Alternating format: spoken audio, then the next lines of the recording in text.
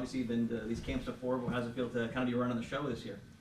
I mean, I don't know if I'm running the show. I got lots of help back there, and help still from Jordy and Charlotte and everything like that. So lots of help, but it's fun to get out there and run some of the drills that we've been accustomed to kind of doing the last few seasons. Speaking of fun, what are your goals for the guys for this week here?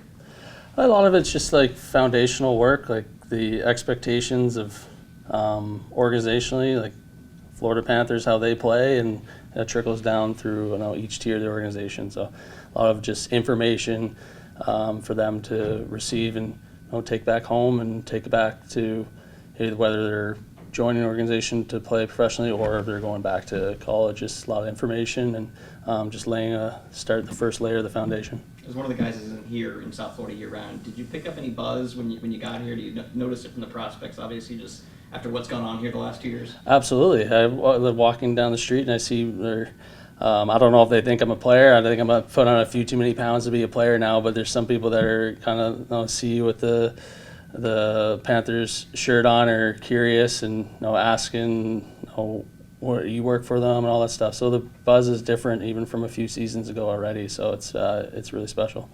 For you, first year as a head coach, what was this past year like for you? And especially after you had your run as an assistant in the AHL and the ECHL, to be able to be the head guy, what was that this past year like for you? It was awesome. It was the best way to describe it is a good hard. Like it was really happy to be able to get the opportunity to do it. Just have the support from the Panthers whole organization to be able to do that and learn alongside the players. As a first-time head coach, there's a lot of things you can't prepare for. So you're just go through those experiences. A lot of things come across your desk you didn't think would come across your desk. So it was a great season overall.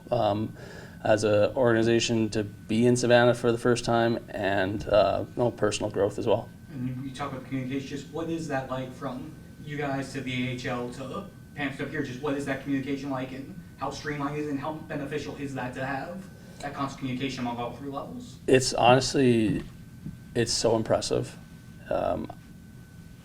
I can't speak for other organizations. I just don't know if there's that level of communication from the player development side to the management.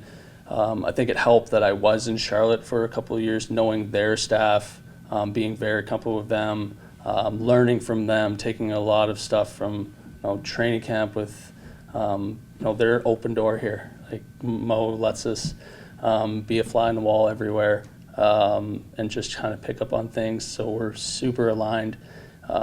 It's very grateful to be in the spot that I'm in, just in an organization that cares so much, no matter where you are in the organization, at what tier. Everyone's pulling the same rope, so it's impressive. We've talked to players before about what they like about Mo, but as a fellow coach, like I said, you do have some communication with him. What's maybe the thing that you pick up from him the most that really kind of has helped you just being around him?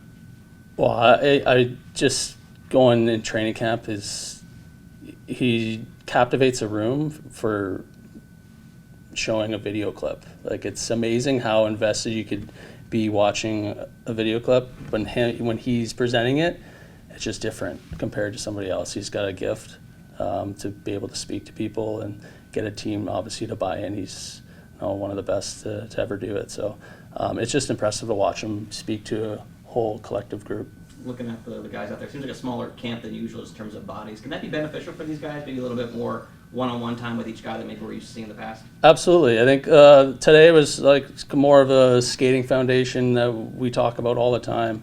And then the plan as of now is still got to be confirmed. We may go to two groups to kind of get that smaller feel, a little bit more teaching reps per se. So that's it is great to be able to and get to know the players a little bit better when there's smaller numbers. Any other questions? I had one.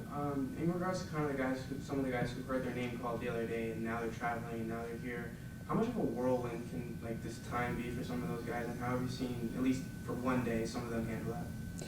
Yeah, it's not easy. So you're going from where am I going to be? Am I going to get drafted? You do. Now you're here. Now your long day started early this morning to being on the ice, and there can be some anxiety there. We talked about the that before we went on the ice to try to know what we're looking for. It's not going to be perfect, but we want to be able to teach and take something out of the experience. I thought it was very impressive. Everybody just it can be a lot, and it didn't seem like that. They worked hard, and I thought it was a great day on the ice for them. All right, thank you guys. Thank you so much. Thanks so much.